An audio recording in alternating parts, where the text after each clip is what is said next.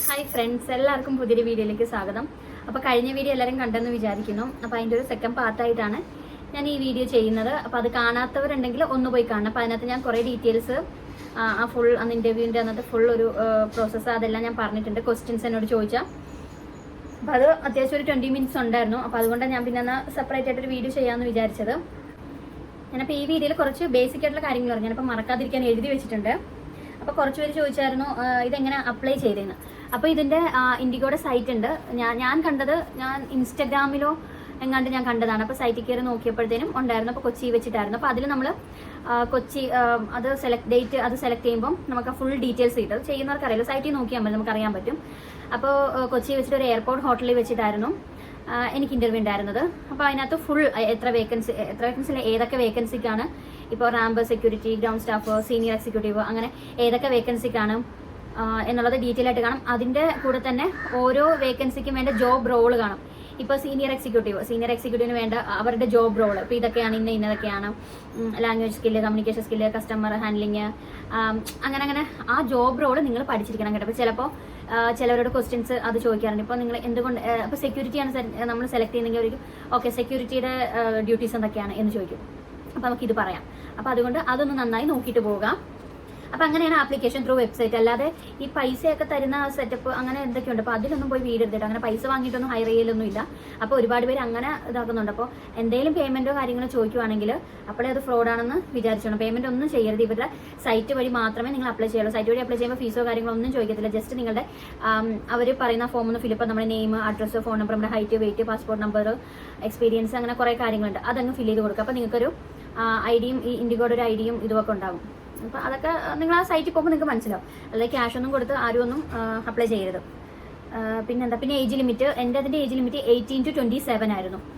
അപ്പോൾ അവർ നമ്മൾ ചെന്നപ്പോൾ തന്നെ പറയുന്നുണ്ടായിരുന്നു 18 ബിലോ ഉള്ളവരൊക്കെ ഇപ്പം തന്നെ പോയിക്കോ, കാരണം വെറുതെ ഇരിക്കേണ്ട, നിങ്ങൾക്കുള്ളതല്ല, ഇൻ്റർവ്യൂ നെക്സ്റ്റ് ഇയർ ട്രൈ ചെയ്യാമെന്ന് പറയുന്നത്. അങ്ങനെ കുറേ പേര് പോയി. കാരണം ജസ്റ്റ് ഒരു 17 ആയവരൊക്കെ +2 കഴിഞ്ഞവരൊക്കെ ഉണ്ടായിരുന്നു. അത് മാത്രമല്ല പിന്നെ ക്വാളിഫിക്കേഷൻ. അപ്പോൾ ഏജ് ലിമിറ്റ് അതാണ് 18 to 27. 27, 28 വരെയൊക്കെയാണ് മിക്കതിൻ്റെയും ഏജ് ക്രൈറ്റീരിയ ലിമിറ്റ് വരുന്നത്. 18 സ്റ്റാർട്ടിങ്.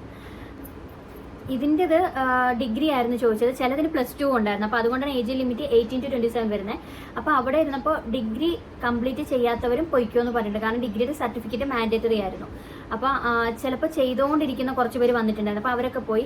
പിന്നെ ഡിപ്ലോമ ചെയ്തുകൊണ്ടിരിക്കുന്നവരുണ്ടായിരുന്നു. അപ്പോൾ അവരും പോയി. അങ്ങനെ കുറേ പേര് പോയായിരുന്നു. അപ്പോൾ അവർ സ്ട്രിക്റ്റ് ആയിട്ടും ആ ക്വാളിഫിക്കേഷൻ മീറ്റ് ചെയ്യുന്നവർ മാത്രമേ ആ ഹാളിൽ ഇരുത്തിയിട്ടുണ്ടായിരുന്നുള്ളൂ. അതായത് എഡ്യൂക്കേഷൻ ക്വാളിഫിക്കേഷനും ഏജ് ക്രൈറ്റീരിയയും. കാരണം അതിൽ 1-2 പേര് പറയുന്നുണ്ടായിരുന്നു റിസൾട്ടിന് വേണ്ടി വെയിറ്റിംഗ് ആണ്, ഒരു എക്സാമും കൂടെ ഉള്ളൂ എന്നൊക്കെ. പക്ഷെ അവരൊന്നും എടുത്തില്ലെന്ന് തോന്നുന്നു. അപ്പോൾ കാരണം അവർക്ക് സർട്ടിഫിക്കറ്റ് വേണമായിരുന്നു. കാരണം അപ്പോൾ അവർ ചോദിച്ചാൽ നിങ്ങൾ എങ്ങനെ സെലക്ട് ആയിട്ടുണ്ടെങ്കിൽ എന്തായാലും ഡോക്യുമെന്റ് വെരിഫിക്കേഷൻ സർട്ടിഫിക്കറ്റ് പ്രസന്റ് ചെയ്യാൻ പറയും. അപ്പോൾ ആ സബ്മിറ്റ് ചെയ്യാൻ പറയുന്ന സമയത്ത് സർട്ടിഫിക്കറ്റ് ഇല്ലെങ്കിൽ പിന്നെ എന്തിനാണ് നിങ്ങൾ ഇത്രയും നേരം വെയിറ്റ് ചെയ്ത്, അതൊരു ഡിസപ്പോയിൻമെന്റ് ആവുമല്ലോ എന്നും പറഞ്ഞു. അങ്ങനെയാണ്. അപ്പോൾ അതുകൊണ്ട് അത് നിങ്ങൾ ആ ക്രൈറ്റീരിയ മീറ്റ് ചെയ്യുന്നവർ മാത്രം ചെല്ലുക എന്ന് വെച്ച് ഇപ്പോൾ ജസ്റ്റ് ഒരു 27 കഴിഞ്ഞിട്ടേ ഉള്ളൂ, ഒരു 28 അങ്ങനെയൊക്കെ ഉണ്ടെങ്കിൽ ജസ്റ്റ് ഒന്ന് കുഴപ്പമില്ലെന്ന് തോന്നുന്നു. നിങ്ങൾ അങ്ങനെയൊക്കെയുള്ളവരൊന്ന് ട്രൈ ചെയ്ത് നോക്കുക. തുടക്കത്തിൽ തന്നെ അവർ പറയുകയാണെങ്കിൽ നിങ്ങളൊന്ന് പറഞ്ഞു നോക്കുക. എന്നിട്ട് അവർ അക്സെപ്റ്റ് ചെയ്യുന്നില്ലെങ്കിൽ അവിടെ നിന്ന് പോവുക. ചിലപ്പോൾ ചിലതൊക്കെ അക്സെപ്റ്റ് ചെയ്യാറുണ്ട്. പിന്നെ ഹൈറ്റ് ചോദിച്ചിട്ടുണ്ട്. ഹൈറ്റ് 155 cm ആണ്. അപ്പോൾ കുറേ പേര് എന്നോട് ചോദിച്ചു 153, 154 ഒക്കെ ഉണ്ടെങ്കിൽ റിജക്റ്റ് ചെയ്യുമെന്ന് ചോദിച്ചിട്ടുണ്ട്. ഒരു 154 ഒക്കെ ഉണ്ടെങ്കിൽ അങ്ങനെ ഗ്രൗണ്ട് സ്റ്റാഫിൻ്റെതിന് റിജക്റ്റ് ചെയ്യാനൊക്കെ ചാൻസ് കുറവാണ്. കാരണം നിങ്ങൾ ഇതൊക്കെ ലാസ്റ്റ് ടൈമിൽ ഇതൊക്കെ നോക്കത്തുള്ളൂ. അത് ചെന്ന് കൊണ്ട് നമ്മൾ ഹൈറ്റ് നോക്കിയിട്ടല്ലേ എടുക്കുന്നത്. അപ്പോൾ അത്രയും നിങ്ങൾ നന്നായി പെർഫോം ചെയ്തിട്ട് ലാസ്റ്റ് ഒരു 154 മാത്രമേ ഹൈറ്റ് ഉള്ളൂ. അപ്പോൾ ഒരു CM കുറവൊക്കെയാണ്. അതിൻ്റെ പേര് റിജക്റ്റ് ചെയ്യാനുള്ള സാധ്യതയൊക്കെ കുറവാണ്. കുറേ ചിലരൊക്കെ അങ്ങനെ ഇന്നായിട്ടുണ്ട്, അവരൊക്കെ ഹയർ ചെയ്തിട്ടുണ്ട്. അപ്പോൾ അതുകൊണ്ട് അതാ പറഞ്ഞ ചിലവർ അതിൻ്റെ പേര് റിജക്റ്റ് ആക്കിയിട്ടുണ്ട്, ഹൈറ്റ് പോരാന്നുള്ള കാര്യം കൊണ്ട് റിജക്റ്റ് ആക്കിയിട്ടുണ്ട്. അപ്പോൾ അതൊക്കെ ലക്ക് പോലെ ഇരിക്കും എന്നും പറഞ്ഞ് നിങ്ങൾ അറ്റൻഡ് ചെയ്യാതെ ഇരിക്കരുത്. നിങ്ങൾ അറ്റൻഡ് ചെയ്യുക. എനിക്ക് അതേ പറയാനുള്ളൂ. അറ്റൻഡ് ചെയ്യുക, എന്താണെങ്കിലും അറ്റൻഡ് ചെയ്യുക. നമ്മുടെ ലക്ക് പോലെ ഇരിക്കും. ചിലപ്പോൾ നമ്മുടെ ഭാഗത്തിന് അവർ ചിലപ്പോൾ അങ്ങ് കയറ്റി വിടാൻ സാധ്യതയുണ്ട്. അപ്പോൾ ജസ്റ്റ് ഒരു 1 സെൻറ്റിമീറ്ററിൻ്റെ വ്യത്യാസത്തിലൊക്കെ ആണെന്നും പറഞ്ഞ് വെറുതെ വീട്ടിലിരിക്കുക. അതിൻ്റെ പേര് നിങ്ങൾ അറ്റൻഡ് ചെയ്യാതിരിക്കരുത്, അറ്റൻഡ് ചെയ്യുക. പിന്നെ ഹിന്ദി മാൻഡേറ്ററി ആണോ എന്ന് ചോദിച്ചിട്ടുണ്ട്. എന്നോട് ഹിന്ദി ക്വസ്റ്റ്യൻസ് ഒന്നും ചോദിച്ചിട്ടുണ്ടായിരുന്നില്ല. ക്യാബിൻ ക്രൂവിൻ്റെ ഇതിനൊക്കെ ഹിന്ദി മാൻഡേറ്ററി ആണ്. ചിലവരോടൊക്കെ ക്വസ്റ്റ്യൻ ചോദിക്കാറുണ്ട്. ഗ്രൗണ്ട് സ്റ്റാഫിൻ്റെ അവർ പറയാറുണ്ട് ഹിന്ദി മസ്റ്റ് ആണെന്ന്. പക്ഷെ എന്നോട് ഹിന്ദിയിലൊന്നും ചോദിച്ചിട്ടുണ്ടായിരുന്നില്ല. എൻ്റെ കൂടെ വന്നവരോട് ഹിന്ദിയിലൊന്നും ചോദിച്ചിട്ടുണ്ടായിരുന്നില്ല. അപ്പോൾ ഗ്രൗണ്ട് സ്റ്റാഫിൻ്റെ അത്ര കണ്ട് കുഴപ്പമില്ലെന്ന് തോന്നുന്നു. അപ്പോൾ ഹിന്ദിയും അറിയത്തില്ല എന്നുള്ള കാരണം കൊണ്ട് നിങ്ങളിപ്പോൾ ഈ ഹിന്ദി മസ്റ്റ് ആണെന്നും പറഞ്ഞാൽ അവരുടെ ക്രൈറ്റീരിയയിൽ അങ്ങനെ അവർ കൊടുക്കത്തുള്ളൂ, ഹിന്ദി മസ്റ്റ് ആണെന്നും പറഞ്ഞു. അപ്പോൾ അയ്യോ എനിക്ക് ഹിന്ദി അറിയത്തില്ല എന്നും പറഞ്ഞ് നിങ്ങൾ അറ്റൻഡ് ചെയ്യാതെ ഇരിക്കരുത്, അറ്റൻഡ് ചെയ്യുക. അപ്പോൾ അതാണ് ലാംഗ്വേജിൻ്റെ. പിന്നെ ഗ്രൂമിങ്, നമ്മൾ ഏതൊരു ഇൻ്റർവ്യൂവിന് പോവുകയാണെങ്കിലും നന്നായിട്ട് ഗ്രൂം ചെയ്തിട്ട് പോവുക. കാരണം അവിടെ തന്നെ നമുക്ക് പകുതി മാർക്ക് വീഴും. ഇത് ബേസിക്കലി നമ്മളൊരു ഗുഡ് ലുക്കിംഗ് എന്ന് ഉദ്ദേശിക്കുന്നത് വെളുത്തിരിക്കണം, നല്ല ഭംഗി ഉണ്ടായിരിക്കണം കാണാൻ, അതല്ല. നമ്മുടെ ഗ്രൂമിങ് ആണ് ഉദ്ദേശിക്കുന്നത്. അത് ഇപ്പം ഇതിന് പോകുന്നവർക്ക് അതിൻ്റെ ഒരു ബേസിക് കാര്യങ്ങൾ അറിയാമല്ലോ. അതൊക്കെ അറിഞ്ഞിട്ടായിരിക്കുമല്ലോ നമ്മൾ ഈ ഇൻ്റർവ്യൂവിന് പോകുന്നത്, അല്ലെങ്കിൽ അതൊക്കെ നിങ്ങൾ യൂട്യൂബിൽ നോക്കിയിട്ടായിരിക്കുമല്ലോ പോകുന്നത്. അപ്പോൾ അതുകൊണ്ട് നന്നായിട്ട് ഗ്രൂം ചെയ്തിട്ട് ഒരു വൈകുന്നേരം വരെ ലാസ്റ്റ് ചെയ്യുന്ന രീതിയിൽ ഗ്രൂം ചെയ്തിട്ട് പോവുക. ഹെയറൊക്കെ നന്നായി പുട്ടപ്പ് ചെയ്യുക, ടൈ ചെയ്യുക. അന്ന് ഞാൻ പോയപ്പോൾ എൻ്റെ ഇത് ഞാൻ തന്നെയായിരുന്നു ചെയ്തിരുന്നത്. ലിപ് ഷെയ്ഡ് ആണെങ്കിലും നമ്മുടെ നെയിൽ പെയിൻ്റ് ഒക്കെ ആണെങ്കിലും അതിനനുസരിച്ചുള്ളത് ഒക്കെ ചൂസ് ചെയ്യുക. പിന്നെ നമ്മൾ അറ്റയർ ഡ്രസ്സാണെങ്കിൽ ഫോർമൽ ഡ്രസ്സ് എടുക്കുക. ഇപ്പം അന്ന് ക്യാബിൻ ക്രൂവിന് സ്കേർട്ടും ഷർട്ടും ഇൻസേർട്ട് ചെയ്ത് അങ്ങനെയാണ്, അത് മസ്റ്റാണ്. കാരണം അവർ ഇതൊക്കെ സ്കിന്നൊക്കെ ചെക്ക് ചെയ്യും, കാല് അതൊക്കെ ചെക്ക് ചെയ്യും. സ്റ്റോക്കിങ്സ് വിത്ത് സ്റ്റോക്കിങ്സ് ആണ് കേട്ടോ. അപ്പോൾ ഇത് ഗ്രൗണ്ട് സ്റ്റാഫിൻ്റെ ആയത് കാരണം നമുക്ക് പാൻസ് ഇടായിരുന്നു, കുഴപ്പമില്ല. ഞാൻ എൻ്റെ അറ്റയറിൻ്റെ അന്നിട്ട് ഡ്രസ്സ് ഞാൻ സൈഡിൽ കൊടുത്തേക്കാം. ഞാൻ ഒരു ഫോർമൽ ഷർട്ടും പാൻസും ഒരു ബ്ലേസേഴ്സും ഉണ്ടായിരുന്നു. ബ്ലേസേഴ്സ് ഇല്ലെങ്കിലും കുഴപ്പമൊന്നുമില്ല, ഞാൻ ഇട്ട് നന്നായി. അതിൻ്റെ അകത്ത് നല്ല തണുപ്പായിരുന്നു. അപ്പോൾ അതായിരുന്നു ഇട്ടിരുന്നത്. അവിടെ കുറേ പേര് സ്ട്രൈപ്ഡ് ഷർട്ടൊക്കെ ഇട്ടുകൊണ്ട് വന്നവരുണ്ട്, കാഷ്വൽ ഡ്രസ്സിൽ വന്നവരുണ്ട്. അതായത് ഈ ഫോർമൽ കുർത്ത ലെഗിങ്സ് ഇട്ട് വന്നവരുണ്ട്. അവരൊന്നും ലാസ്റ്റ് വരെ ഉണ്ടായിരുന്നില്ല. ജസ്റ്റ് വാക്കിംഗ് അല്ലായിരുന്നു, വാക്കിംഗ് ഇൻ്റർവ്യൂ അല്ലായിരുന്നു. അപ്പോൾ ജസ്റ്റ് പറഞ്ഞിട്ട് ഇങ്ങനെ വന്നവരും ഉണ്ടായിരുന്നു. അപ്പം നമ്മൾ പോകുമ്പോൾ ആ ഒരു പ്രൊഫഷണൽ ലുക്കിൽ പോകും. നമ്മളെ കാണുമ്പോൾ തന്നെ അവർക്ക് ആ ഒരു ഇംപ്രഷൻ കിട്ടണം. അത് മസ്റ്റാണ് കേട്ടോ. അപ്പം തന്നെ നമ്മുടെ പകുതി മാർക്ക് വീഴും. ബാക്കി നമ്മുടെ പെർഫോമൻസിലും ലക്കിലുമാണ് ഇരിക്കുന്നത്. അപ്പോൾ അങ്ങനെ ഷൂസും അതിനനുസരിച്ചുള്ള ഷൂസും സെലക്ട് ചെയ്യുക, ഫോർമൽ ഷൂസും. അപ്പോൾ അങ്ങനെയാണ് അറ്റയറിൻ്റെ കാര്യം. അതൊക്കെ നിങ്ങൾക്ക് യൂട്യൂബിൽ ഓരോ വീഡിയോയിൽ ഓരോരുത്തർ ഇരുന്നൊക്കെ കാണുമ്പോൾ നിങ്ങൾക്ക് അറിയാലോ. ഒരുപാട് എക്സ്പ്ലെയിൻ ചെയ്യേണ്ട കാര്യമില്ലല്ലോ. പിന്നെന്തായിരുന്നു ചോദിച്ചിട്ടുണ്ടായിരുന്നത്? അവിടെ വന്നിട്ട് ഒരുപാട് പേര് ഗ്രൂം ചെയ്തിട്ടുണ്ടായിരുന്നു. ബാത്റൂമിൽ പോയിട്ട് മേക്കപ്പ് ചെയ്തിട്ടുണ്ടായിരുന്നു. കാരണം ദൂരെ നിന്ന് വരുന്നവരൊക്കെ അവിടെ വന്നിട്ടായിരുന്നു മേക്കപ്പ് ഒക്കെ ചെയ്തിട്ടുണ്ടായിരുന്നത്. പിന്നെ റെസ്യൂമെ നന്നായിട്ട് പ്രിപ്പയർ ചെയ്യുക. നല്ല പ്രൊഫഷണൽ രീതിയിൽ തന്നെ പ്രിപ്പയർ ചെയ്യുക. നെറ്റിൽ അടിച്ചു നോക്കിയാൽ നമുക്ക് കിട്ടും. ആ ഒരു രീതിയിൽ തന്നെ പ്രിപ്പയർ ചെയ്യുക. ഒരുപാട് വാരി വലിച്ചിങ്ങനെ ഇതാക്കാതെ, ഒരു പണ്ടത്തെ രീതിയിലാക്കാതെ നല്ലൊരു ഫോർമൽ, ഒരു നല്ല രീതിയിൽ പ്രൊഫഷണൽ റെസ്യൂമെ തന്നെ പ്രിപ്പയർ ചെയ്യുക. അതും മസ്റ്റാണ്. റെസ്യൂമിൽ കൊടുക്കുന്ന ഫോട്ടോയും നമ്മുടെ നല്ലൊരു പ്രൊഫഷണൽ ലുക്കുള്ള ഒരു ഫോട്ടോ കൊടുക്കുക. അല്ല നമ്മളിങ്ങനെ ഒരുപാട് ഇതായിട്ട് ഇപ്പം നമ്മൾ പണ്ടത്തെ ഒക്കെ ഫോട്ടോ ഉണ്ടല്ലോ, അപ്പം അതൊന്നും മാക്സിമം ചിലർ ആ റെസ്യൂമിൽ തന്നെ യൂസ് ചെയ്യും. അപ്പോൾ അതൊന്നും കൊടുക്കാതെ ഇത്തിരി നമ്മൾ ഈ പ്രൊഫഷണൽ ലുക്കിൽ തന്നെ ഒരുങ്ങിയിട്ടുള്ള അറ്റയറൊക്കെ ഇട്ടിട്ടുള്ള ഒരു പാസ്പോർട്ട് സൈസ് ഫോട്ടോ, കളറാണെങ്കിൽ കുറച്ചുകൂടെ ബെറ്റർ, അത് തന്നെ കൊടുക്കാൻ നോക്കുക.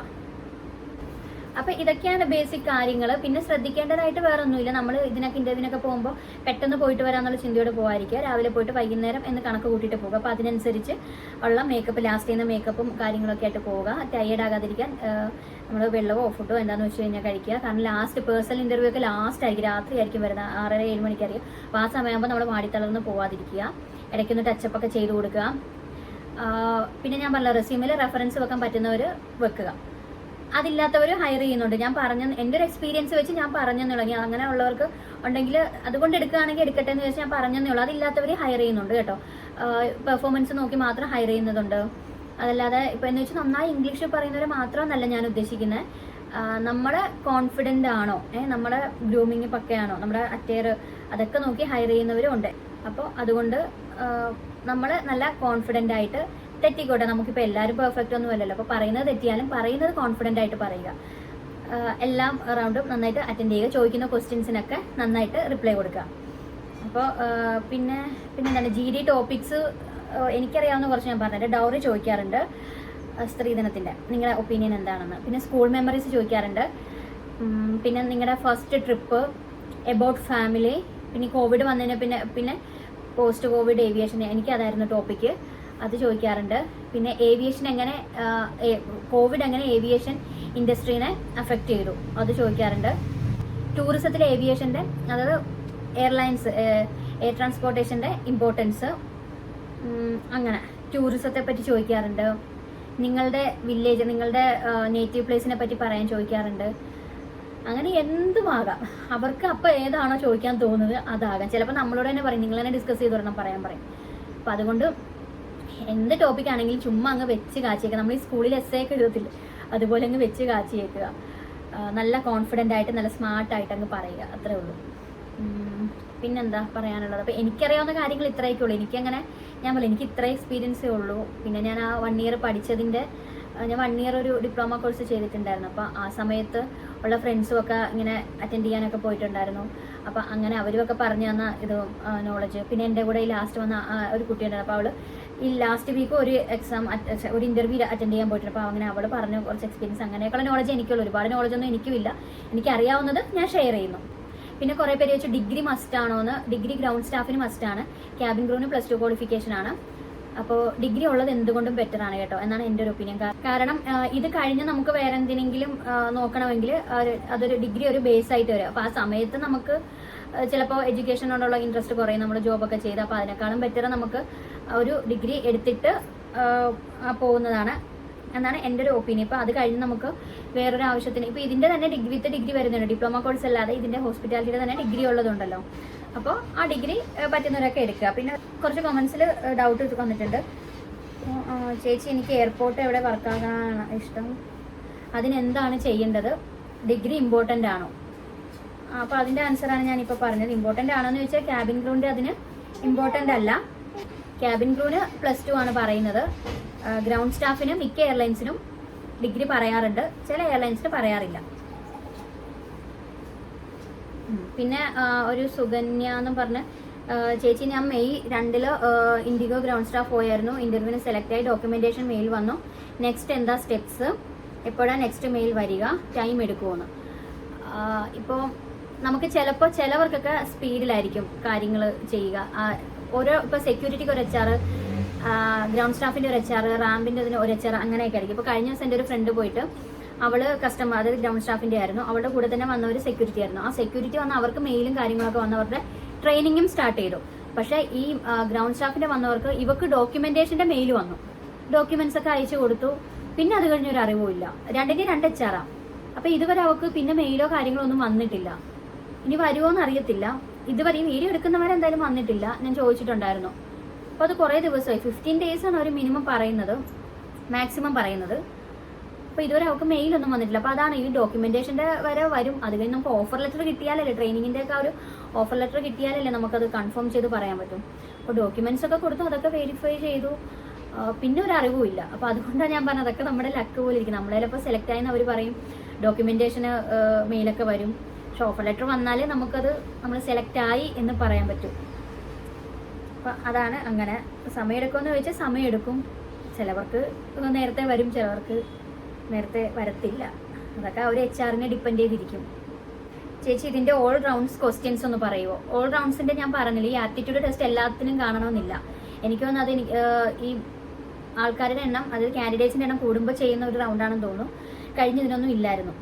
പിന്നുള്ളത് ഗ്രൂപ്പ് ഡിസ്കഷൻ, അത് എല്ലാത്തിലും ഉള്ളതാണ്. ഗ്രൂപ്പ് ഡിസ്കഷൻ്റെ ക്വസ്റ്റ്യൻസ്, ടോപ്പിക്സ് നിങ്ങൾക്ക് നെറ്റിൽ ഇതിനകത്തൊക്കെ കുറേ പേര് ഷെയർ ചെയ്തിട്ടുള്ളത് കാണാം. എനിക്കറിയാവുന്ന പറഞ്ഞു. അപ്പോൾ അത് നമുക്ക് പ്രെഡിക്റ്റ് ചെയ്യാൻ പറ്റത്തില്ല. അപ്പോൾ അത് നമ്മൾ എന്താണെന്ന് വെച്ചാൽ പ്രിപ്പയർ ചെയ്ത് പോവുക.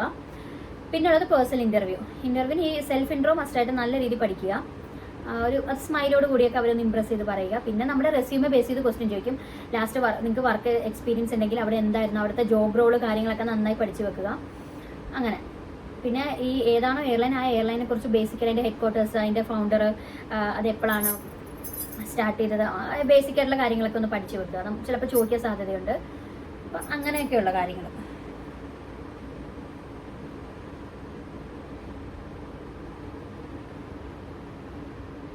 പിന്നെ പാസ്പോർട്ട് മാൻഡേറ്ററി ആണോ? മാൻഡേറ്ററി ആണ്. നമ്മൾ ഇൻഡിഗോയുടെ വെബ്സൈറ്റിൽ അപ്ലൈ ചെയ്യാൻ നേരത്ത് ഒരു ആപ്ലിക്കേഷൻ നമ്പറൊക്കെ നമുക്ക് കിട്ടും. അത് നമ്മുടെ റെസ്യൂമിലൊക്കെ എഴുതേണ്ടതായിട്ടുണ്ട്. അപ്പോൾ അത് അപ്ലൈ ചെയ്യാൻ നേരത്ത് പാസ്പോർട്ടിൻ്റെ നമ്പർ, ഇൻഫർമേഷൻ അവിടെ ഫില്ല് ചെയ്യാനായിട്ടുണ്ട്. പാസ്പോർട്ട് മാൻഡേറ്ററി ആണ്. ഹിന്ദി ക്വസ്റ്റ്യൻസ് ചോദിക്കുന്നുണ്ട്. ഹിന്ദി ക്വസ്റ്റ്യൻസ് എന്നോടൊന്നും ചോദിച്ചില്ല, ചിലരോടൊക്കെ ചോദിക്കാൻ സാധ്യതയുണ്ട്. ഗ്രൗണ്ട് സ്റ്റാഫിൻ്റെ അത്ര മാൻഡേറ്ററി അല്ല, ക്യാബിൻ ക്രൂവിൻ്റെ മാൻഡേറ്ററി ആണ്. ശരിക്കും 26 ഉണ്ടോ? ശരിക്കും എനിക്ക് 27 വയസ്സുണ്ട്. Freddy MSDL. ഇതെങ്ങനെയാണ് അപ്ലൈ ചെയ്തതെന്ന് ബിനി വർഗീസ് ചോദിച്ചിട്ടുണ്ട്. അതാണ് ഞാൻ പറഞ്ഞത്, എപ്പോഴും അപ്ഡേറ്റ് ആയിട്ടിരിക്കുക. ഇൻഡിഗോയുടെ സൈറ്റ് ഉണ്ട്. ആ സൈറ്റിനകത്ത് നമുക്ക് വേക്കൻസി, കരിയർ എന്നും പറഞ്ഞൊരു ഓപ്ഷൻ ഉണ്ട്. ആ കരിയറിൽ നോക്കിക്കഴിഞ്ഞാൽ നമുക്ക് വേക്കൻസി കാണാൻ പറ്റും. അല്ലാതെ ഒരു സൈറ്റിലും പോയി നിങ്ങൾ അപ്ലൈ ചെയ്യുകയോ അല്ലാതെ ഫണ്ട് ഇങ്ങനെ അടയ്ക്കുന്ന അങ്ങനെ എന്തെങ്കിലും ഉണ്ടെങ്കിൽ ക്യാഷ് കൊടുക്കുകയോ അങ്ങനെയൊന്നും ചെയ്യരുത്. ഇൻഡിഗോയുടെ സൈറ്റിൽ മാത്രം. അത് ഇൻഡിഗോയുടെ ഞാൻ പറയുന്നത് ഏത് എയർലൈനാണോ അതിനിപ്പോൾ എയർ ഇന്ത്യ ആണെങ്കിൽ എയർ ഇന്ത്യയുടെ സൈറ്റ്, ആ സ്പെസിഫിക് എയർലൈൻ്റെ സൈറ്റിൽ പോയി അവർ കരിയർ എന്നും പറഞ്ഞ ഓപ്ഷൻ ഉണ്ട്. അത് ക്ലിക്ക് ചെയ്യുമ്പോൾ നമുക്ക് വേക്കൻസീസ് കാണാം. അങ്ങനെ അപ്ലൈ ചെയ്യുക. അല്ലാതെ ആര് വഴിയും ഏജൻസി വഴി ഒന്നും പോയി വെറുതെ പൈസ കൊടുത്ത് ചീറ്റിംഗ് ഒക്കെ നടക്കാറുണ്ട്. അപ്പോൾ അതിനൊന്നും പോയി പെടരുത്. അപ്പോൾ ഇത്രയൊക്കെ ഉണ്ടായിരുന്നുള്ളൂ ക്വസ്റ്റ്യൻസ്. അപ്പോൾ ഇനി എന്തെങ്കിലും ഉണ്ടെങ്കിൽ നിങ്ങൾ കമൻറ്റ് ചെയ്യുക, ഞാൻ അതിൽ റിപ്ലൈ തരാം. അപ്പോൾ ഇതോടുകൂടി നമ്മുടെ ഈ ഒരു സീരീസ്, ഇതിൻ്റെ ഒരു സീരീസ് ഞാൻ കൺക്ലൂഡ് ചെയ്യുകയാണ്. ഇപ്പോൾ എനിക്കറിയാവുന്ന ഒരു കാര്യങ്ങൾ ഇത്രയൊക്കെയുള്ളൂ. അപ്പോൾ അത് ഞാൻ നിങ്ങളുമായിട്ട് ഷെയർ ചെയ്തു. ഇനി വേറെ എന്തെങ്കിലും ഡൗട്ട് ഉണ്ടെങ്കിൽ നിങ്ങൾ ഇൻസ്റ്റാഗ്രാമിൽ DM ചെയ്യുക. ഞാൻ ഇൻസ്റ്റാഗ്രാം ID താഴെ കൊടുത്തേക്കാം. അപ്പോൾ എനിക്ക് എൻ്റെ ഫ്രണ്ട്സിനോട് ചോദിച്ചോ എങ്ങനെയാണെന്ന് വെച്ചാൽ ഞാനത് ക്ലിയർ ചെയ്യാൻ നോക്കാം. അപ്പോൾ പിന്നെന്താ, അപ്പോൾ ഈ വീഡിയോ എല്ലാവർക്കും ഹെൽപ്ഫുൾ ആയെന്ന് വിചാരിക്കുന്നു. അപ്പോൾ ഇതിന് ആഗ്രഹമുള്ളവരെല്ലാവരും മടിച്ചിരിക്കാതെ വേക്കൻസി വരുമ്പോൾ തന്നെ പോയി അപ്ലൈ ചെയ്തിട്ട് ഇന്റർവ്യൂ അറ്റൻഡ് ചെയ്യുക. അല്ലാതെ അയ്യോ ഹൈറ്റ് കുറവാണ്, അല്ലെ ഇംഗ്ലീഷ് നോളജ് ഇല്ല, അങ്ങനെയൊന്നും പറഞ്ഞ് നിങ്ങൾ മടിച്ചിരിക്കരുത്. ധൈര്യമായിട്ട് പോയി അറ്റൻഡ് ചെയ്യുക. ബാക്കിയൊക്കെ വെച്ചാൽ ഇതിനൊരു എക്സ്പീരിയൻസ് എന്തായാലും വേണം. 1, 2, 3 ഇന്റർവ്യൂ ഒക്കെ അറ്റൻഡ് ചെയ്താലേ നമുക്ക് ആ ഒരു എക്സ്പീരിയൻസ് വരും. പിന്നെ കൊച്ചി തന്നെ വരാൻ വേണ്ടി വെയിറ്റ് ചെയ്യരുത്. ഇപ്പം ട്രിവാൻഡ്രത്തുണ്ടെങ്കിലോ ബാംഗ്ലൂർ ഉണ്ടെങ്കിലോ എവിടെയാണെന്ന് വെച്ച് കഴിഞ്ഞാൽ അവിടെ പോയി അങ്ങ് അറ്റൻഡ് ചെയ്യുക. അല്ല നമ്മുടെ അടുത്ത് വരാൻ വേണ്ടി നമ്മൾ നോക്കിയിരിക്കരുത്. ഇതിന് കറക്റ്റ് ഒരു പാഷൻ ഉള്ളവർ. അപ്പോൾ പിന്നെന്താ, അത്രയേ ഉള്ളൂ. വീഡിയോ ആരെങ്കിലും സബ്സ്ക്രൈബ് ചെയ്യുകയാണെങ്കിലും മറക്കാതെ സബ്സ്ക്രൈബ് ചെയ്യുക. അപ്പോൾ അടുത്തൊരു വീഡിയോ ആയിട്ട് കാണാം. താങ്ക്